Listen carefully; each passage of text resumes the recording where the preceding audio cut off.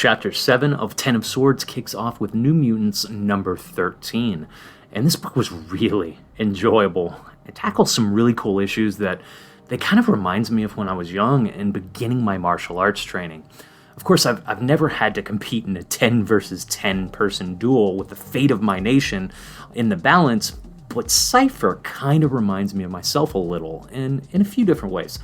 You know, I never felt like I was very athletic until I started training in martial arts, and that really changed and turned around completely toward my older age. I feel like I'm very athletic now. Of course, I don't have a techno-organic virus attached to my arm, and don't act as the translator for a psychic vampire sentient island, but I do relate to Cypher's character in other ways. So I felt a little bit behind because I hadn't been reading New Mutants during Dawn of X, just because, issue number 1 didn't catch my attention for the positive. So some of this felt a bit lost on me, like the island growing out of Mundo's stomach, and a few other things. I got the story just fine, though. So look, you don't have to be caught up with New Mutants to read and appreciate this story from 10 of Swords.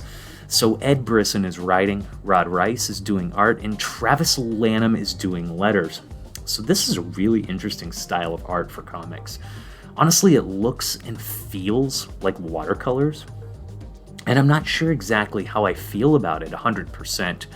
I know I like it, and I know it takes some serious talent to be able to do this kind of art. I can't say that I connect with it as much as I'd say R.B. Silva or Pepe Larraz, but, because it's pretty much worlds apart from their styles as they stand. Just my opinion, it feels like this style would be really fitting for maybe some comics set in other time periods, like in the 30s with somewhat of a noir feel to them, kind of a detective kind of thing. I'll talk a bit more about my favorite aspects of the writing at the end of this video, so watch for all of that at the end. But before I get too far, I'm covering all of 10 of Swords on my channel here, and I would love for you to subscribe and hit the bell for all my videos and follow along with the story here. I'm not sure how much I'll have time for any other videos other than 10 of Swords for the next couple of months. I have a very busy personal life, so that may be all I'm really doing for now. I'm pretty heavily invested at this point in Hickman's X-Men, and it's honestly changed the way that I look at comics in a very huge way. So maybe I'll get into that, how it changed about comic books at a later date. Make a video about it. Who knows? We open up here with Magik finishing up meditation, and she is sending a hollow link communication to the Summers family. They're still up in space on that space station that they started up. She's being kind of bossy and telling Cable to get his butt back to Krakoa and bring his space sword ASAP to come fight. And the second scene opening up is Cypher, worried that he's going to die. And I get it. He feels like he won't be able to live up to the fight that is going to go down. And from the very start of this book, we see it's going to be more of an inward journey for Cypher here. See, he already has his sword. Warlock is going to be his sword for the upcoming battle. So this book really looks like it's tackling this kind of existential crisis that Doug is dealing with from inside. While he's being brave, he still understands that he's putting himself in very real danger of losing his life forever. Which, hey, it isn't all that new to Doug.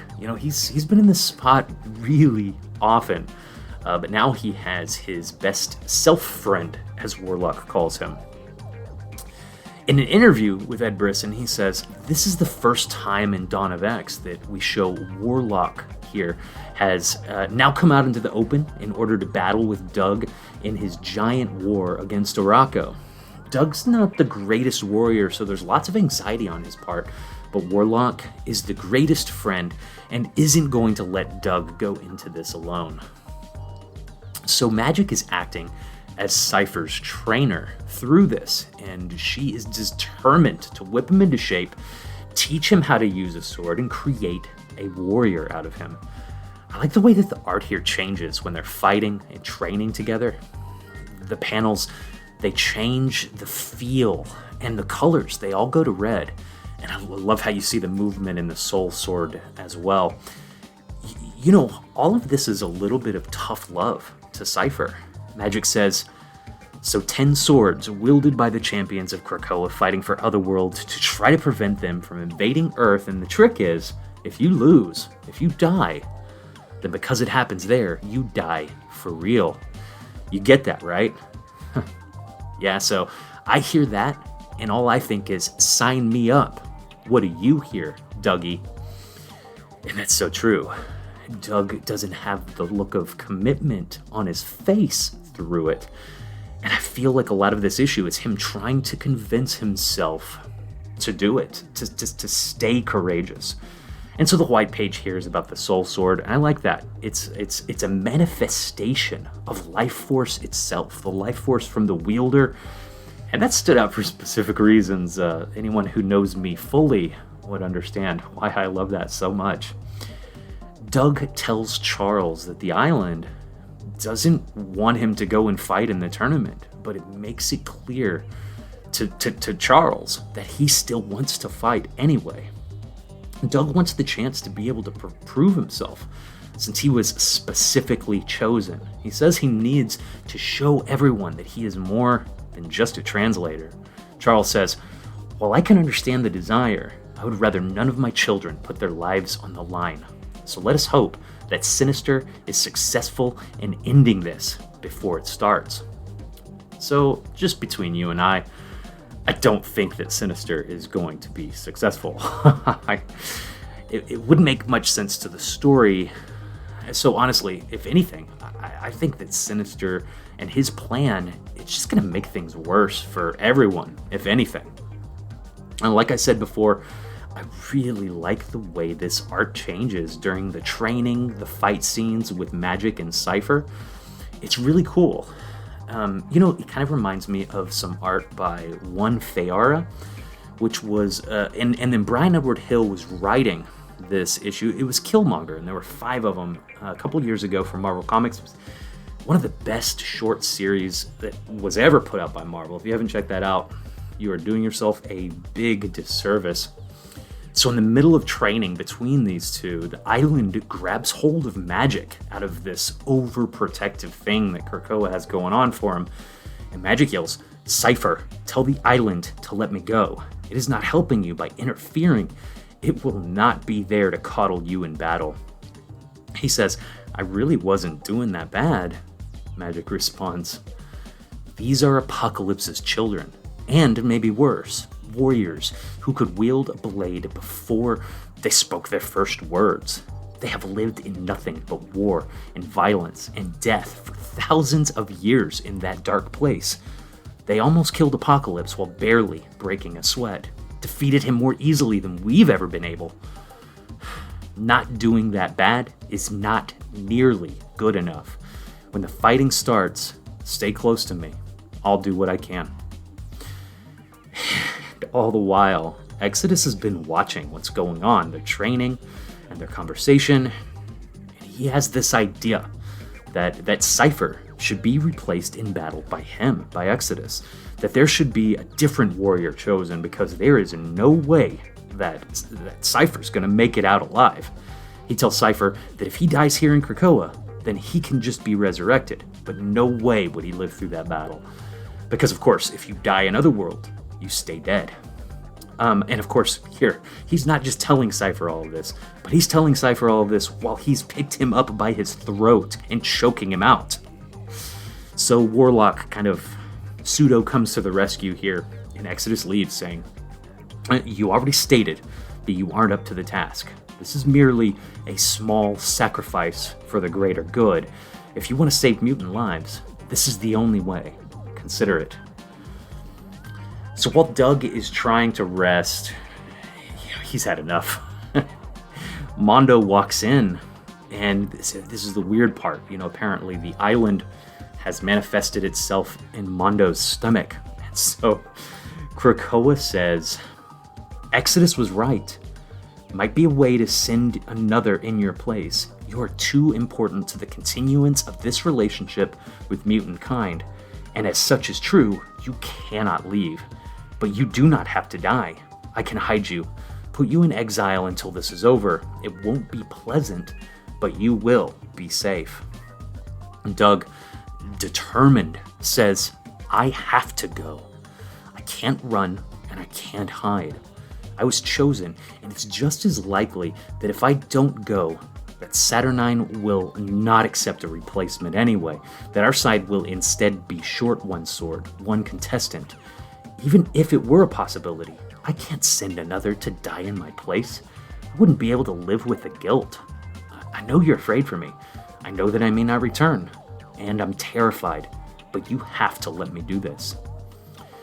And we get one last training session with Magik and Cypher, and this one ends on a really dark note. Cypher asks Magik, so do you think I have a chance? She says, the truth, we're family, Doug. We always have been.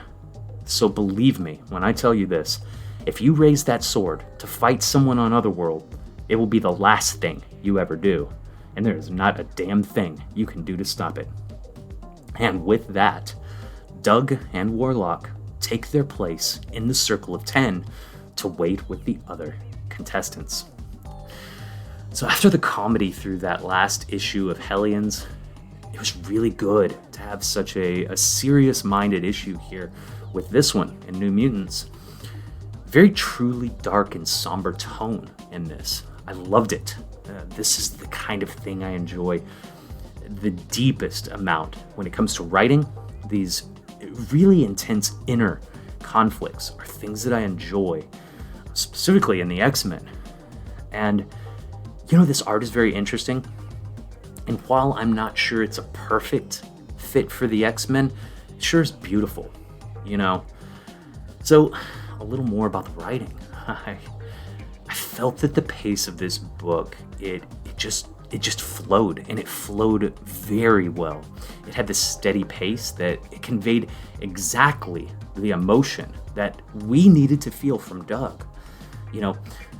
We saw in Brisson's writing that Doug, he has this inner conflict going inside of him, and his actions show it. His face shows it. The art shows that inner conflict. Because of all of that, because the artist, because the writer are working together to show, not tell, and that's a big deal. It works because of that. This is a visual meeting. This is a visual medium. We are talking about comic books here. And, the way that we're able to connect with this as a reader, we're able to see not just the inner conflict in Doug, we're able to see the look on his face, the fear in his eyes. All these things are really important. We're being shown that, not told that it's happening. We see it in his actions, and that is important writing for comic books. And this book really does it for me because of that. It makes us feel what Doug is dealing with. While on one hand, being terrified of dying. And hey, here's the thought as well. Doug, he even had an out, so to speak. In the past, when you think about it, every time that they've taken a vote on things, the Quiet Council, Krakoa's decision always is the only decision that has ended up counting in the end. Doug, after what the island said, Doug could have easily said, hey, Krakoa won't let me go and fight. But instead, he took that courage and he showed up and he stepped right into that circle, even after Magik said that there was no way that he was going to live through it. And some people would think, hey, that's not very smart, but it sure is courageous, isn't it? And, it's heroic. And I'm telling you, heroism, it's something that we could use a hell of a whole lot more in comics in this day and age. So I give this book a huge high vote. This book struck an emotional chord with me, and I loved it. Of course, Brisson has a good history with the X-Men and writing them, and he certainly shows it here. It connects the emotion. It shows Cypher's courage. I may pick up this book and put it on my pull list full time now. This was that good. So, hey, look, we've got one more Ten of Swords book to look at this week. It's going to be Cable. And then we're going to be going back to the Summers family up in space. We're going to pick right back up with when they started that space station up in the next chapter of 10 of Swords. Hey, please subscribe, hit the bell for notifications. Thanks so much for listening all the way through. At the very end of these videos is where I really like to talk about my notes on writing, what I thought worked or didn't work about the writing in the books. So thanks for sticking around for that. I appreciate that a lot. Support your local comic shop. You are the gateway into comics.